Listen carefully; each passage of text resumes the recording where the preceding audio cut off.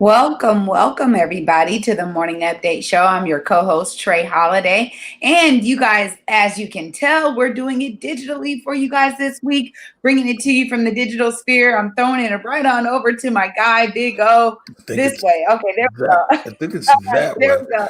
What's up, Trey Big O? Happy Holiday. Tuesday. Happy Tuesday to you too. It's good to be back here in the studio, man. And the warm confines of the Converge Media Studios. How are you?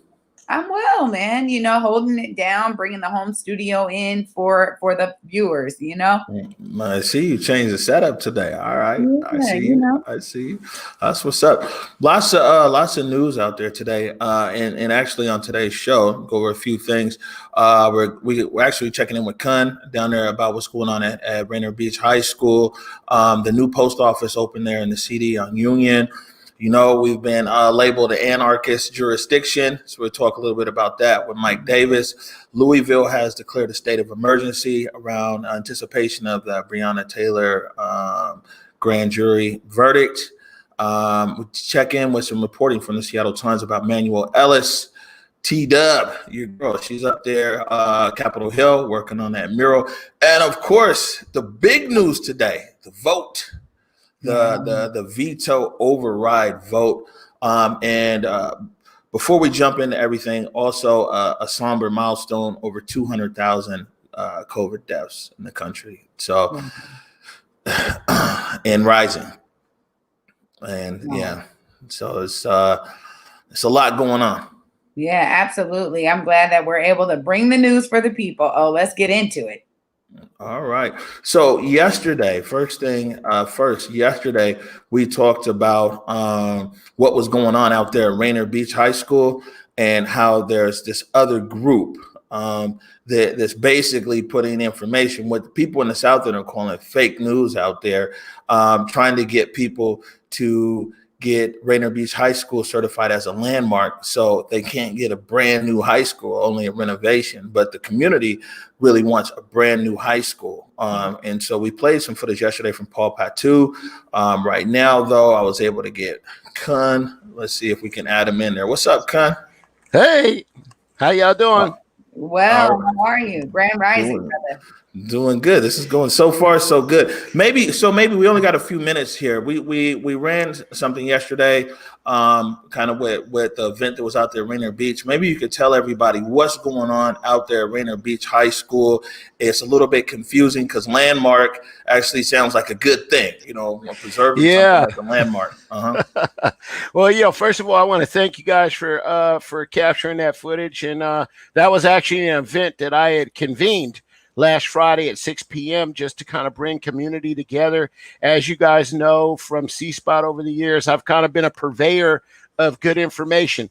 And so what happened was I was getting a lot of calls. There was a lot of confusion because I'm hearing from icons in the community such as Betty Patu and Dan Jurdy and Jamal Crawford and others that we want a brand new school. And then I'm hearing from other people that they're trying to tear down the school and build some condos, and that's why we need to make it a landmark. So what I wanted to do is just convene folks and get everybody in the same room so we can, or at least get the information out there around what's going on. And so to that end, we convened a community meeting on Friday and had lots of folks out there. And we just kind of got the facts straight. One, there is no condos coming. We are getting a brand new school. And that flyer was, in fact, a little disingenuous because none of the stakeholders at the school had been notified or were a part of that. And most certainly those people are entitled to their opinion around having landmarks and this and that. But the people who actually work and live and, and frequent the school should be a part of that conversation. And that's why the flyer was a little disingenuous from my point of view. All right. And so basically, just in one sentence, what exactly does community out there in South Seattle, people, parents and students in Rainier Beach in the South Seattle community, the majority of people that you've come across out there, what exactly do they want to happen with Rainier Beach High School? They would like to see the current school raised to the ground and a brand new multi-level world-class institution that will be the gym of an institution in Southeast Seattle. That's what the community would like to see. My last question for you: does anybody in the community group out there in South Seattle recognize or work with this organization? Is this an organization, the one that wants to keep the school as it is? Is this a group that people in the community recognize? You mentioned big names like a Jamal Crawford, Betty Patu, who was on the school board. Is this group working with anybody from South Seattle? Did it come up with their proposal? Everyone that I had talked to had not heard of this group or had not worked with them in the recent past at all. All right, Kun, man, make sure keep us updated as to how things roll out there in South Seattle at Rainier Beach High School. We definitely want to, that's why we're here at Converge, to bring community news. So, all right, keep us in the loop. Hey, one more thing. Yeah, I was about to say one more thing. Today is actually National Voter Registration Day, and I encourage everybody, I hope for Converge and others can encourage everybody to register to vote today. And I, in fact, will be up at the Liberty Bank building from 4 to 6 with Herb Vote, registering folks to vote and being part of the process. Remember that your vote is the most important tool that you have in our system to make your voice heard. All right? Thanks. Amazing. All right. Thanks, Kun. All right, so there you go. We'll stay on top of this story out at Rainier Beach. The community has made it clear for years what they want, and what they want is a brand new school. So it's real interesting. The groups outside of South Seattle, outside of that community, are now trying to block a new school being built. Yeah, as I said yesterday, again, this is something that I think the community definitely wants to stay on top of, because once again, there's this fight from outside of the community. So I'm so grateful that there are folks in the community that are mobilizing to ensure that the community voice is being heard. It's impeccable that they're doing this.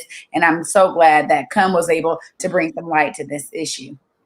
No doubt. Next up, new post office there on 23rd and Union. It's been 2 years since the post office in our neighborhood, it got torn down to make way for new buildings. One of the buildings actually is going to be Africatown Plaza. There's also Midtown over there, but they got a post office back now. And, I know a lot of community elders, there's actually the postman, which is down the street. But it's a lot of elders who like using the actual post office. So they have the post office back now on 23rd and Union. Yeah, definitely iconic that, that post office location for the Central District. And so that's why I'm glad that the postman is there, because in the interim, the postman has been there for everyone and is going to continue to be there. So I'm so glad that last week we were able to have that update from Kiana Pickett and Devon coming on to let us know that they are going to have another location coming out. So I'm thankful, because obviously you can see the people in our community really do have resilience. I'm glad that post office is back on the iconic corner. Once again, just such an iconic location. So I'm glad that there's going to be multiple options in the community for community members. All right. Moving along. So, national news, the Bill Barr, Department of Justice, they named some anarchist jurisdictions, and Seattle was one of them. From basically, it said around the CHOP and everything else. Here's a short clip here from King 5, and then we're going to roll into a discussion that I had with Mike Davis from South Seattle Emerald. The Trump administration now calls Seattle an anarchist jurisdiction, and it's more than just words. It could be the reason the federal government withholds millions of dollars in funding. Today, the Justice Department labeled Seattle a city of anarchy, trumpeting in a press release that the city is a jurisdiction permitting violence and destruction of property. I just woke up this morning to find that I was living in an anarchist jurisdiction, whatever that is. By the DOJ's interpretation, putting the city in position to lose federal funding. It is abhorrent, it's inhumane, and we need our federal partners to step up. Seattle's council and mayor both scoffed at the characterization, with Jenny Durkin calling it a gross misuse of federal power and blatantly unlawful, adding Attorney General Bill Barr's obsession with Seattle and me is irrational. The DOJ specifically cited the June handling and since disbanded Capitol Hill Autonomous Zone. Yeah. Wow. Yeah. Hey, man, one thing I say about Mayor Durkin, man, at least when it comes to these guys in DC, she's always quick to clap back, right? Yeah, I was going to say that too. I mean, she does not really seem to hesitate. And when she gets the opportunity to be on the national news and be out there and get that voice heard, I mean, she does do it. And that's one of the things that, Seattle can say. At least she's there, putting her voice out there instead of allowing folks to, shove their ideas of what her voice would be. So, I mean, again, represent for the city. That's one thing happening. Well, and there's a lot of big money at play. We don't know if this could just be a threat. This could be, this is the thing, you just never know. But anyways, I talked to Mike Davis last night of the South Seattle Emerald, and he kind of broke down how much federal money comes into Seattle and where it goes. All right, here with Mike Davis of the South Seattle Emerald.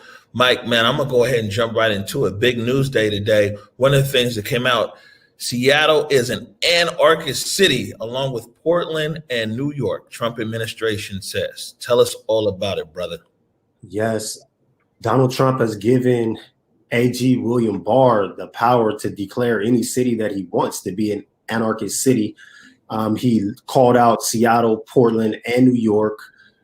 New York for trying to defund the police, Portland for all of the protests that they've had, and Seattle because of the CHOP, which interestingly ended months ago. Yet here we are. Now, we talk a lot about the Trump administration and all of the political posturing that he's done around Seattle specifically. But this right here is way more significant than just posturing. Seattle received $365 million in federal funds last year. And with this new label of being an anarchist city, they are targeting these cities specifically to cut those federal funds. And in this climate with COVID, where we're already seeing major hits to the budget in Seattle anyway, losing 6% of our budget that we get from the federal government could be huge, especially when we look at how this money was used in 2019. 97 million went to Mayor Durkin to use for city of Seattle. We had 42 million that went to Seattle Public Schools. We had 203 million that went to the Seattle Housing Authority and another 3.8 million that went to City Light. So this is a very significant amount of money that we stand to lose if Trump wins in November. All right. Thanks for the update, Mike. I'm sure you'll keep us posted. Of course. Wow, so man. that's Mike, always that's informed. Yes, this Mike Davis breaking it down. It's quite a bit of money out there. We'll see what happens. Ultimately, what occurs a lot is that the city of Seattle or the state of Washington ends up going to court. Bob Ferguson is 34-1 against the administration. The city, the federal government tied up the money for sanctuary cities. That's in court. So, this would most likely go to court first if it proceeds. So we'll see what happens. So moving on here in Louisville, it was big news yesterday. The city of Louisville, they basically activated a state of emergency and put up barricades. They've activated the National Guard, all in advance of the release of the grand jury findings. Here is a short clip right here from stationed down in Louisville, Kentucky. When people hear state of emergency, it creates a type of tension amongst the people that is absolutely unnecessary right now. The memo from LMPD's chief of police declares a state of emergency for the department. It reads in part, as we prepare for Attorney General Daniel Cameron's announcement in the Breonna Taylor case, effective immediately, all days off are hereby canceled. I think that there are some assumptions that are being made by the LMPD and by the city. I think the memo creates panic. It sets a tone that shouldn't be set. For some in Jefferson Square Park, it seemed more like provocation than preparation. What the city doesn't realize is the emotional toll this has taken on so many people, that this is very traumatic for people to experience and very traumatic for your emotions to be in this state of waiting. Across from Jefferson Square Park, barriers like this one are being put up in front of the building where 911 calls come in and the Emergency Operations Center is headquartered. I think this city needs to expect how people feel is how they will feel. It's not just Breonna Taylor. What Louisville needs to do is look at the oppression that has consistently happened in this city. Breonna Taylor was just a straw that broke the camel's back. Even for some protesters, it's hard to predict exactly what will happen when the announcement comes. Don't assume what's going to happen. And if there are things that happen that you may not agree with, don't assume that it is the protesters who've been on these streets for the last 110 days. These people love Louisville. Mark Vanderhoff, WLKY News. All right, so we'll see what happens down there in Louisville, but it looks like, I mean, and it's an argument kind of on both sides. It's like, well, the city's put a state of emergency in these barricades because they're projecting something. The city's like, hey, we're not projecting anything, we're just anticipating. So. Yeah, I mean, I think that what she was saying there is so true. That you have to actually take into account a lot of the emotional ties that so many people have when it comes to these issues, and ignoring that can only really, most of the time, what we're seeing is that it sparks that emotion even further. So it's, hopefully they think about listening to the voice of the people in the community in this regard. All right, our last segment, our last clip here for this segment, the Seattle Times has been doing some really great reporting around Manuel Ellis, the Manuel Ellis killing down in Tacoma Police Department. I encourage everybody to go to the Seattle Times, check it out. They also have a video that the exceptional Seattle Times digital team had put together. Big shout out, my man Ramon over there, the rest of the team. This is just a few minutes from this video. It's up there on the Seattle Times YouTube page, where they look into Manuel Ellis's life and then his killing. My brother died the same way as so many others. Like Trayvon Martin, my brother was just walking from the store. Like Eric Gardner, my brother said that he couldn't breathe. Like George Floyd, my brother said that he couldn't breathe. Say his name! Say his name! He was killed by the police! Less than 2 minutes away from here! Walking back from 7-Eleven with some snacks! He wasn't bothering anybody! He wasn't making any disturbances! He wasn't banging on cars! He wasn't harassing women or people! He did nothing wrong! They choked and tased him to death! They suffocated him! This happened in your community!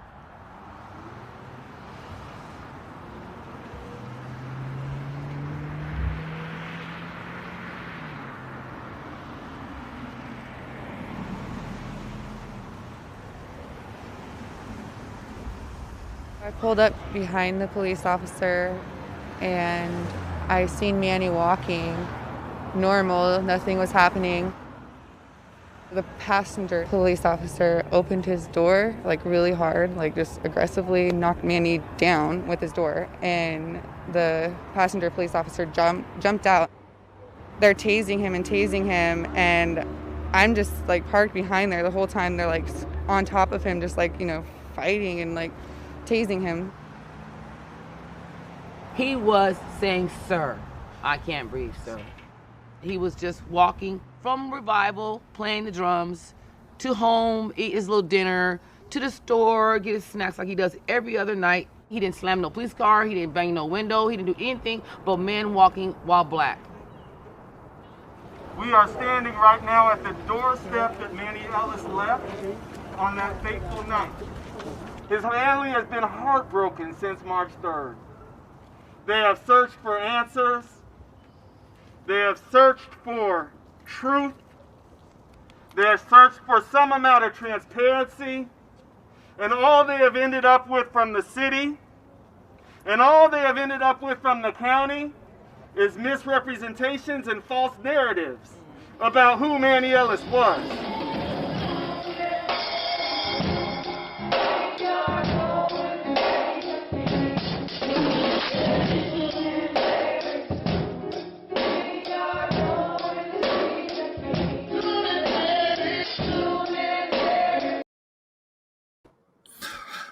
Right. So the full video there, Seattle Times digital team. You can go to the Seattle Times YouTube page, and of course the article, the reporting. It's multi-part reporting on it. You go to seattletimes.com. But man, they're really digging into it. They're digging into the whole story around Manuel Ellis. Yeah, and honestly, once again, I'm glad that they're doing this kind of reporting and this style of reporting and keeping it in our minds, keeping it fresh in the public's mind. So many times folks have said, a lot of the times we've been seeing this progression of, brutality and deaths over the last, however many years. We've been seeing this progression. And so many people, like, once one thing happens, you forget about this one. But it's that family that keeps it alive, that they are still fighting for justice. And for us to really, again, hear the details of that stop, him walking home from 7-Eleven, something he did all the time. You think about how regular a lot of these stops are. We think about how it becomes so irregular because of the response. And so I'm so grateful that they did such great detailed reporting on this so we can all remember those details. All right, we're gonna take a short break right now. When we come back, we got Takiyah T-Dub Ward. She's up there live on Capitol Hill at the Mural, the BLM Mural. You are watching the Morning Update Show.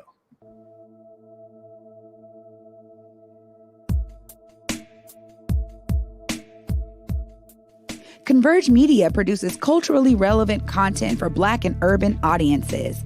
Our coverage is raw, transparent, and objective, praised by community leaders, government officials, and residents. Support Converge Media today via Venmo, Cash App, or PayPal at Converge Media.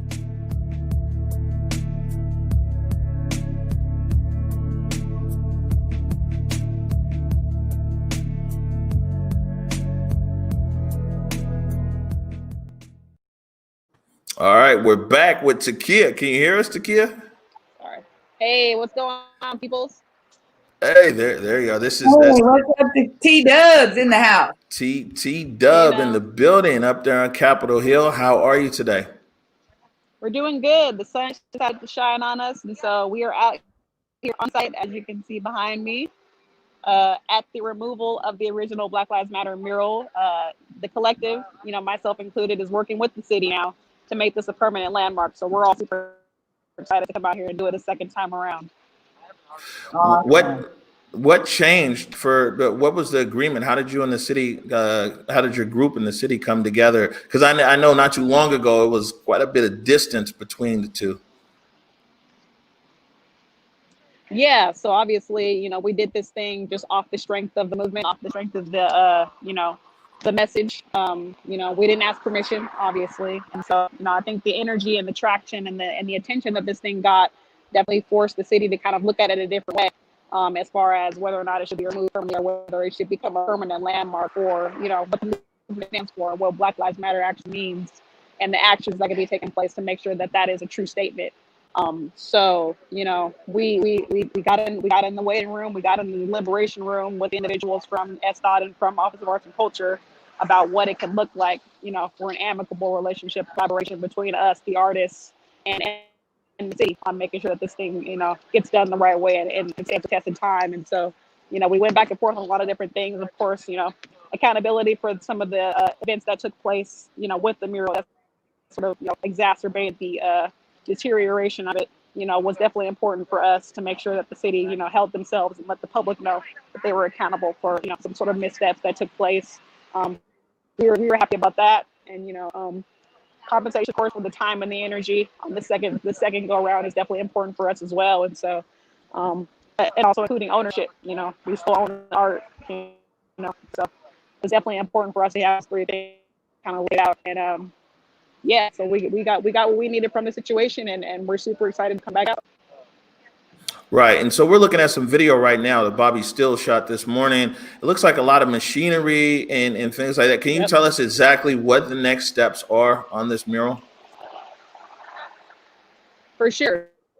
So of course, when we came out and did it the first time, it was a very, oil dense city street. So, you know, it wasn't definitely gonna, you know, last for too long. So this time around, the folks at SR are scouring and into the stone each of the letters. So, you know, that in itself is huge for me, because that's what Africans do. You know, we carve things. And so the fact that will, you know, remain regardless of what happens to the paint is like super powerful statement. So step one. Step two is then a high pressure power wash of the entire area. So we'll have a super clean slate, perfect canvas for making sure that paint sticks this time. So we're super happy about it. All right. And when are you guys expecting the new mural to be done and reveal it to the public? So the plan is definitely to try to get up here this weekend. Sadly, you know, we're keeping our eyes real close to the skies because, you know, we live in Seattle and it rains a lot. So obviously if it rains, we won't be able to paint. We won't be able to get that first layer in. That's super important. So we're keeping our eyes to the skies. Hopefully this weekend, or it's been looking more into the middle of next week to make sure we have proper weather for this thing to go down the way that it needs to. But we'll be keeping everybody posted, you know, through our social media, but make sure to, you know, follow us on Vivid Matter Coach's Instagram. And yeah, we'll let folks know, because we definitely want community out here for this next round, just like we had them out here for the first time. Absolutely. And my question is it going to be like exactly the same, or are you guys doing a new design? I think, you know, it's up to, we're leaving it up to the individual artists, and we're thankful for the city, you know, not trying to hold us to, you know, keeping it the way that it was, because we've obviously learned a lot since June 11th. You know, a lot of things have changed, a lot of things have transpired, and a lot of things haven't changed. You know, so we want to make sure that we're keeping focus on that as well. And just like, you know, again, we appreciate the city for, you know, allowing us to do this work. But also there's a lot of things that, you know, haven't changed well. There's a lot of demands that have still not been met. You know, there's a lot of, you know, things going on a lot of different levels that, you know, make it so this effort isn't as, you know, great as it could be. You know, this is what I would consider a very small step in a lot of, you know, things that need to take place. So we want to make sure that we're keeping, you know, focus on that as well, and not, you know, allowing the city just to kind of wash their hands of, you know, the demands that are being asked for as well. You know, this is great. We are appreciative. We're thankful that, you know, this is happening, but at the same time, we got a lot of work to do. So want to make sure everybody knows that too. Absolutely. All right. Takiyah T-Dub Ward, live from Capitol Hill, BLM Mural. Thanks for joining us. We'll talk to you soon. All right. Thank you. We're right here at East Precinct. It doesn't get any closer than this right now.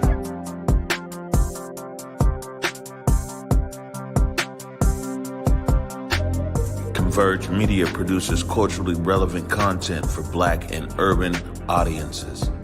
Our coverage is raw, transparent, and objective, praised by community leaders, government officials, and residents. As a small independent media company, we rely on the financial support of individuals and business members to stay on the front lines of the news that's important to you.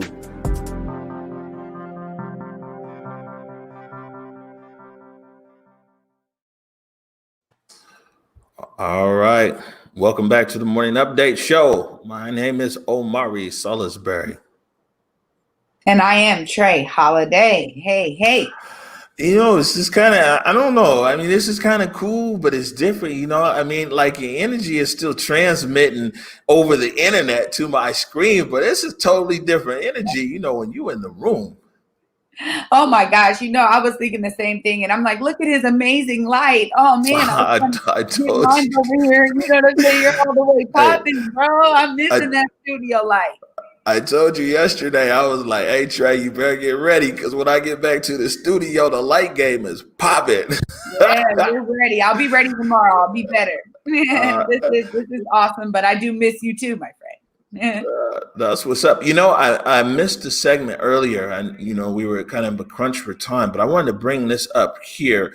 This was from the mayor yesterday, and let me see if I can add this in and make it big here. Basically, the mayor tweeted yesterday, and I tried to reach somebody from Bird Bar, but I couldn't reach them before the show. Said our community partners came to the city of Seattle asking for a consistent process for the transfer of city-owned properties at no cost to our treasured community organizations. Today, Bird Bar Place is the first organization to complete the process, with more happening soon. Now, the way I read that, Trey Holiday, is that the city has completed their transfer of that fire station where Bird Bar Place is at to Bird Bar. Yeah, that Have you heard about that? Yeah. This is the entire thing, and there are several properties that are considered. They're already were in the process of transferring ownership, and so there's been a lot of pressure from the community to really put that pressure on the city to say, hey, let's get these things done now. Let's not have these community members waiting anymore for these city transfers. And the central area senior center is one, and fire station 6 is another. So once again, I'm happy to see that Bird Bar has completed the process.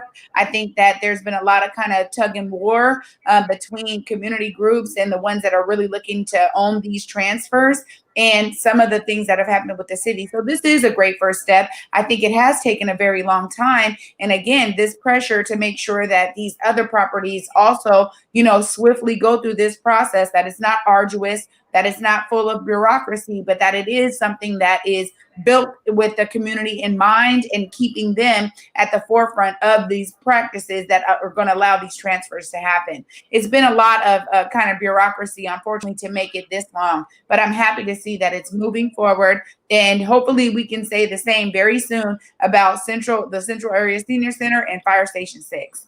Fire Station 6 is still moving along, huh? Yeah, I mean, but this is, again, this is one of those things that we know of. We don't have the deed yet. We don't have the keys. So Africatown Community Land Trust is still pressing forward in that regard, and also getting that help from the community to be like, look, it's great that negotiations are taking place. It's great that paperwork is happening and it's moving back and forth. But when is the community going to get to be able to celebrate the full transfer of these properties? So I'm glad to see this happen. So I guess you guys are gonna amend your slogan or add a new one. I know you got pay the fee. Maybe it's give the keys. Oh, I like that. Thank you for coming up with that one. I know we got free the land, but I like give the keys. I love that. All right. So moving on. All right. So today's the day. And today I didn't bring, my waffles and my syrup and everything else. People thought I might be too insensitive, but we said that we were kind of going to get to this point here, but the city council a month ago voted, well, even more than that, they voted, and then the mayor a month ago vetoed their budget, and basically that's what we call the defund budget, right? So that got vetoed, and then the city council had 30 days to come back and override. And basically today is the day where the city council will vote, and they'll make a decision whether they're going to override the veto, and then in that case, this defund budget that they put forth earlier will now come into play. Or if they don't override the veto, Council President Gonzalez has like her stopgap bill. So it's got a lot of compromises in the bill. A lot of hardcore people are saying that it's absolutely nothing that they want for the most part. I know one of the things that's in the bill is they come up with a way that if they wanted to fire or remove officers out of order, some kind of situation for that, or as if they did reduce the police force, then they go starting with officers with the most complaints. This is as opposed to the current system where it's based upon seniority. And so basically, if they were to move forward and reduce the officers there, the newest officers hired would be the ones that would be let go. And so that was one of the things that I think Gonzalez had negotiated with the mayor. Mostly everything that's in Gonzalez's bill has already been pre-negotiated. The flip side is, though, a lot of people like the streets they're not really feeling that bill. But first of all, I talked to Kevin Schofield last night from sccinsight.com as just to what people can expect today. I think there are two likely scenarios. One is they actually override the mayor's budget, and then they just spend the rest of the year fighting with the mayor over whether she's actually going to spend money or not. And then if they don't override it, I think that they will definitely pass this compromise bill. Right? That's my guess. And honestly, I'm not going to handicap which of those is going to happen tomorrow. I think, it's pretty clear at this point that there are 4 council members who really want to override the veto. And you and I both saw on Twitter earlier today, both Council President Gonzalez and Council Member Morales both said, yeah, I'm going to vote to override. Right. Sawant she didn't tweet it out, but she said she's opposed to the veto. So I'm sure anytime, quite honestly, she gets an opportunity to say F you to the mayor, she'll say F you to the mayor. So that's going to be a 3rd vote to override. My guess is it's really likely that the budget chair, Councilmember Mosqueda, is going to vote to override it as well. So I think that's 4 pretty solid votes to override. They need to get to 7, right? Because, and it's this funny thing, right? Usually a veto takes 6 votes. But to pass a budget, anything that actually appropriates money takes 7 votes. So if you're vetoing a budget ordinance, is it 6 votes or 7 votes? Well, it turns out it's 7 votes. So they got to get to 7. So none of the other 5 have actually said how they're going to vote on this, right?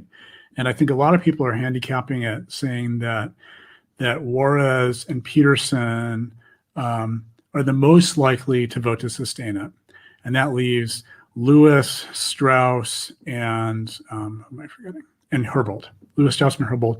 And really, none of them said anything. And, it's hard to say how they would go. So will they get to 7? I don't know. Will they get beyond 7? Doubtful. All right, Trey Holiday. I know I do a lot of talking on this show, sometimes way too much. Now, you're a member of King County Equity Now. You're a member of Africatown Community Land Trust. You've been part of this coalition that's had this big voice around defund and everything else. My friend, the floor is yours. What are your thoughts on today's veto override vote? What would you like to see? Yeah, I mean, I love Kevin's breakdown, honestly, of putting it out there for folks to understand kind of, again, the inner workings and where people are at. Everyone doesn't follow Twitter necessarily to understand, hey, this is exactly how, this person's going to move or that person. So I'm glad that the information's out there. I personally want to see them do a real override of this veto. I mean, clearly we got the votes. We talked about that waffling, and I'm really hoping that right now there's a sense of solidarity with the city council, that they understand the voice of the community. And the ideas that the participatory budget is so new, it's too innovative, it's too radical, it hasn't been proven. King County Equity Now is too new of a coalition. I just want to ensure that people understand that I want to take it back. When we talk about what Build Africatown means, so many people were like, well, what is that? What is that? Really, building Africatown is exactly what is King County Equity Now is all about. It literally is taking the advocacy of all of these groups that have been doing the work on the ground. The research is there with these groups. It's also been proven in other places. So the ideas that are within the participatory budget, they bring about the community to participate in how the budget is spent. They share in the decision making. It isn't just left up to these elected officials that people, most of the time, a lot of community members feel detached from, even when they put their vote out there and they, say, look, I'm going to represent, I want this person to represent me. I think that the participatory budget is the next leg up in taking the transparency to the next level, and also taking the collaboration and the engagement with community to the next level. The county and the city, they come up with these amazing programs, but they're detached from community. So most of the time, they need community groups, community-based organizations, community leaders to really help get these programs out into the community, to really help with the outreach, to help with the education. They bring people together to make sure that they understand. And I feel that the participatory budget, what it does essentially is it says, look, we understand that we're controlling this pot of money that is going to actually either make your life better or not make your life better. And we want to bring you guys into that discussion. We want to bring you into the decision making. So I'm really hoping that the council understands that this is not a radical movement. Yes, it's different. Yes, it's innovative and new, but it has been proven, and it definitely has great legs to stand on, because this coalition of community members and community-based organizations is pressing forward for change. And I'm really hoping that they use their power to showcase that they're with it, with the change that everybody is really demanding out there in the streets. All right. And so, I talked to Nikita Oliver the other day, and actually we have a clip from her. And she said that, it's her expectation that people who made this pledge or supported previous budget, that they follow through on this. I know that you're clearly saying that you, King County Equity Now, your coalition of partners and everything else, that you want to see this happen. What do you think the odds are, though, today that this veto will be overridden by the city council? Well, thank you for asking that. Oh, I think Kevin brought up some really great points in regards to how people are already leaning, right? And so thinking about, okay, maybe there's already 4 votes that are in possibly the bucket. I think that the 3 that are needed, I feel that it's important that the folks that maybe are on the fence or, are thinking about it and just haven't decided quite yet, I think it's important that they understand a lot of the principles within the participatory budget and how the community can come into authority positions to help guide how money is spent. I also think that bringing in funding into community for a lot of the research that needs to be done to ensure that there's a solid system so that folks won't even feel any level of concern. I really think it's time for community to take the lead here. And I'm really hoping that the few that are on the fence really lean with community on this one. That's my hope. And I love Kevin's breakdown. I think, again, it's a tough call because we got those 3 needs and there's 4 possible. So I don't know here. It's going to be a tough.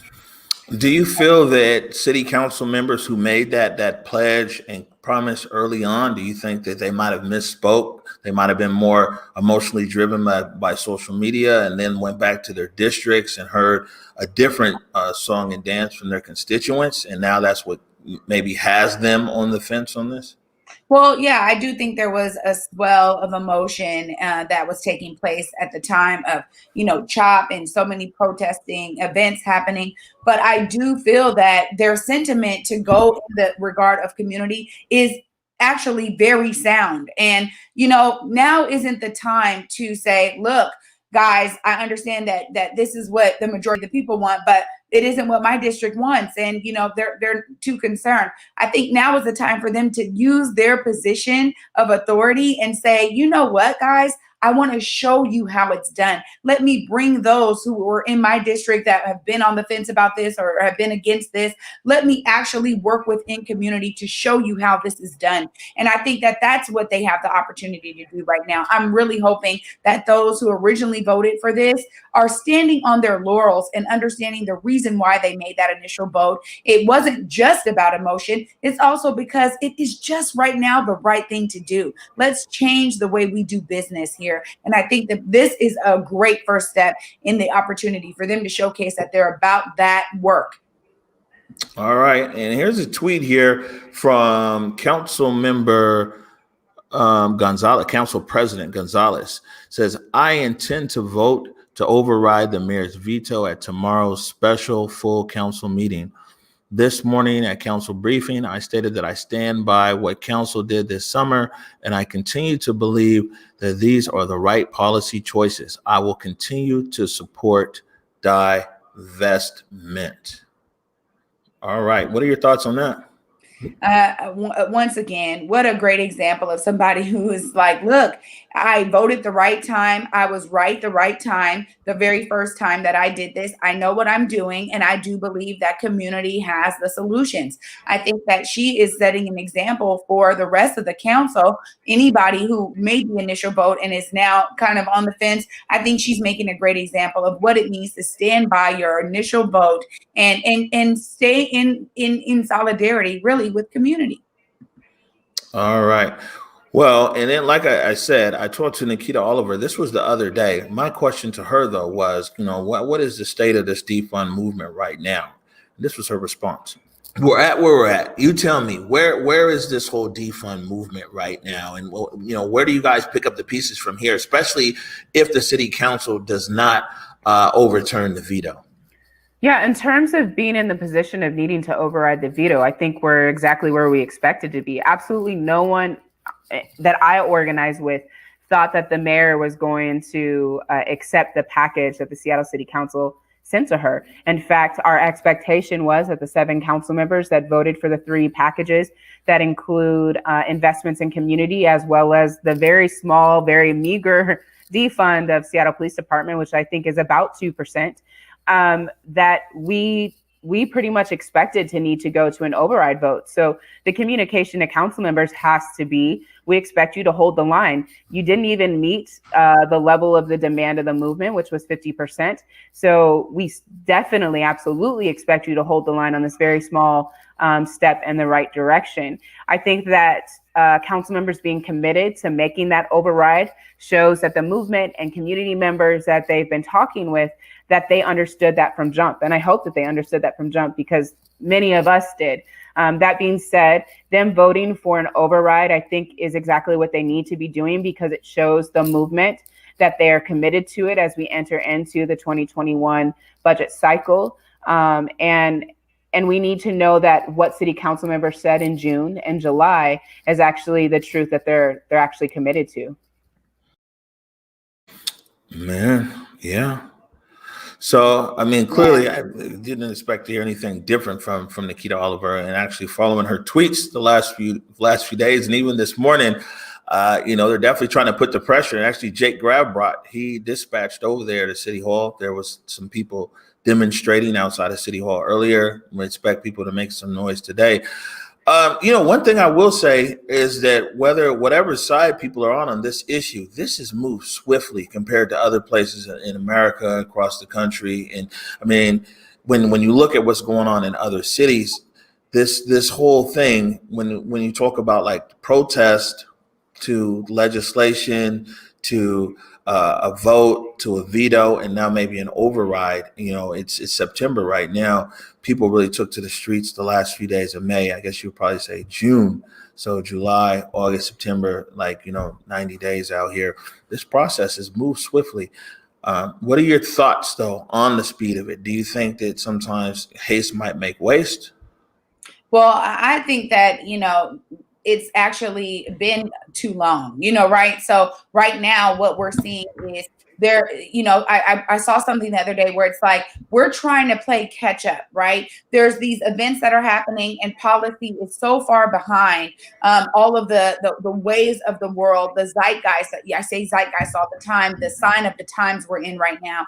And, policy has been so far behind us that really it needs to play a swifty speed recovery right now to catch up to the voice of the people, to the demands of the people. And at the end of the day, it can't be rigid in that regard. It can't be rigid in that process.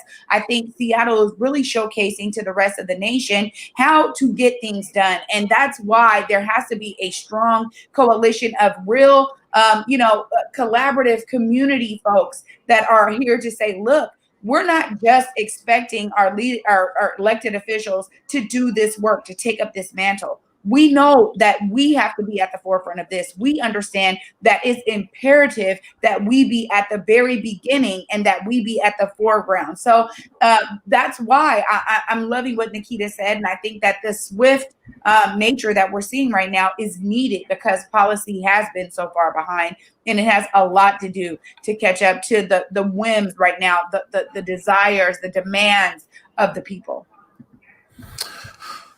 All right. Well, I mean, like I said, I know that this is really all you've been on. You've been on other things, but clearly, since this protest split up something really good, and I mean we're kind of getting it back, because when the morning update show started, it was it wasn't really any kind of political show at all. It was about information, community information around COVID and things like that for our community members and community elders and everything. And then, like I said, everybody had to choose up. And, from there, it was like, okay, well, you're King County Equity now, you're over Africa Town, and here's a clear line, here's Converge and everything else. I'm glad that we're able to continuously come together on this show. We agree on some things, we disagree on a lot of things, but this is a big day, for the movement you're pushing forward with King County Equity Now and Africa Town Community Land Trust. I mean, it's a very big day, for the city of Seattle. So these protests, what the city has been through the last few months, it's been a lot. And sometimes just looking at this footage, it takes looking at the footage, because June seems like it was a year and a half ago. People showed me the footage from the Western Barricade. I was like, man, that happened this year. It's been a lot that has occurred. What do you in King County Equity Now, and at least if the veto is overridden today, what are your top priorities moving forward for the end of the year?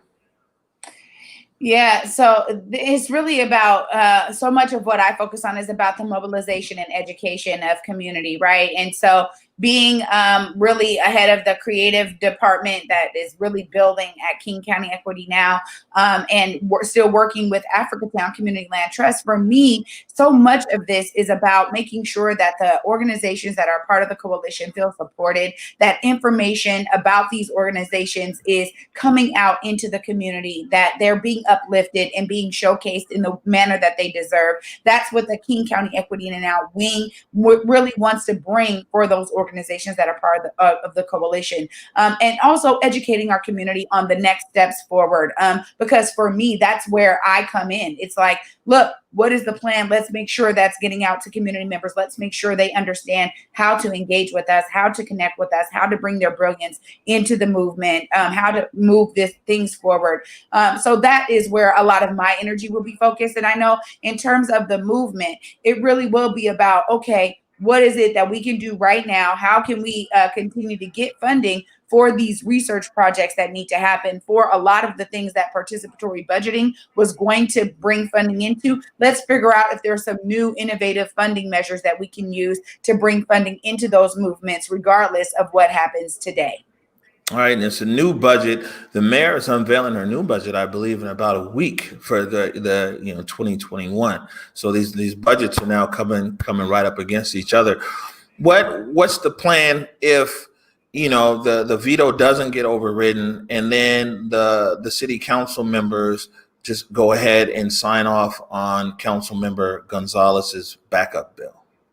I mean, like almost anything, we have to be nimble here, right? We have our demands, we know what we want, and we're going to continue to press for that. We will work with whatever framework we have to, right? If that's what we have to work with, and we understand that it is not really in capturing all of the demands of the people and the demands of the movement, but we will definitely continue to work within the framework. I mean, that's what we have to do right now until we can fully dismantle it and people understand that that's what needs to happen. We'll continue to press for that and continue to educate community on why that needs to happen and why these smaller measures don't actually fit the bill. I think that there can be a lot of research applied to a lot of this process that we're seeing right now, what you just described.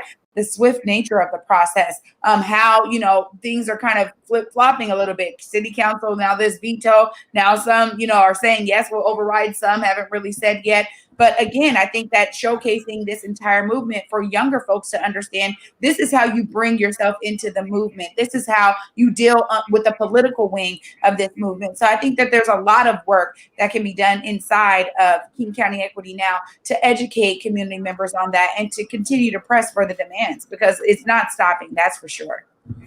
So it's not stopping, huh?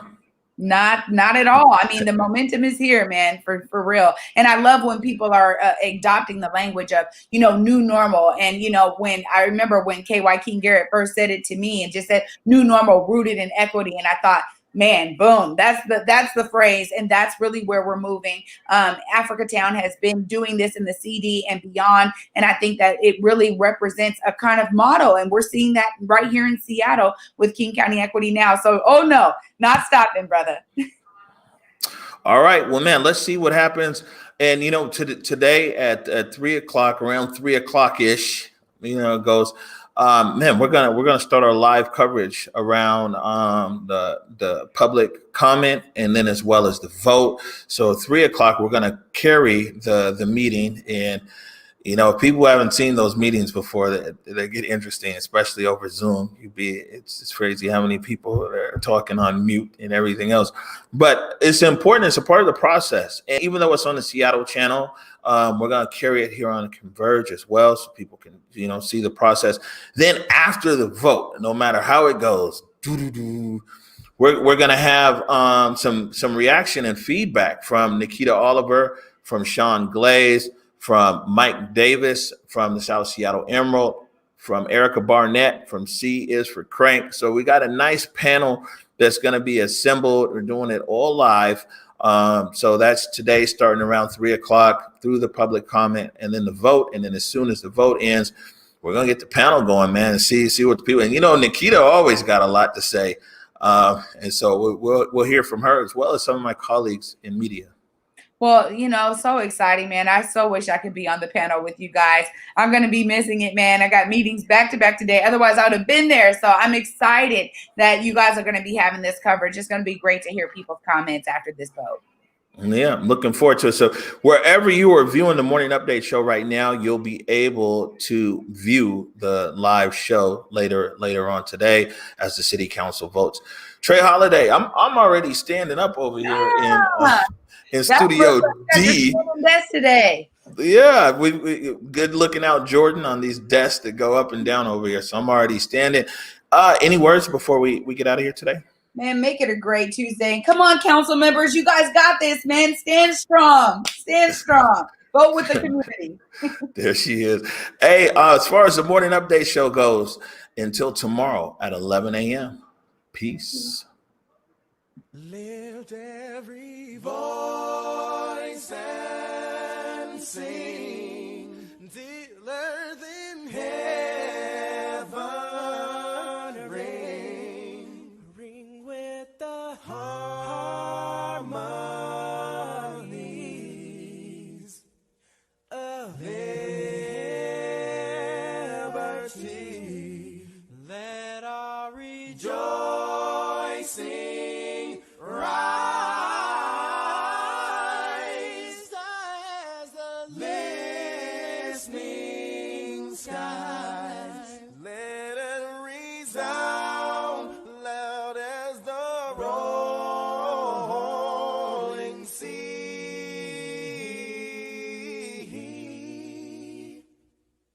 Sing a song full of the faith that the dark past has taught us. Sing a song full of the hope that the present has brought us.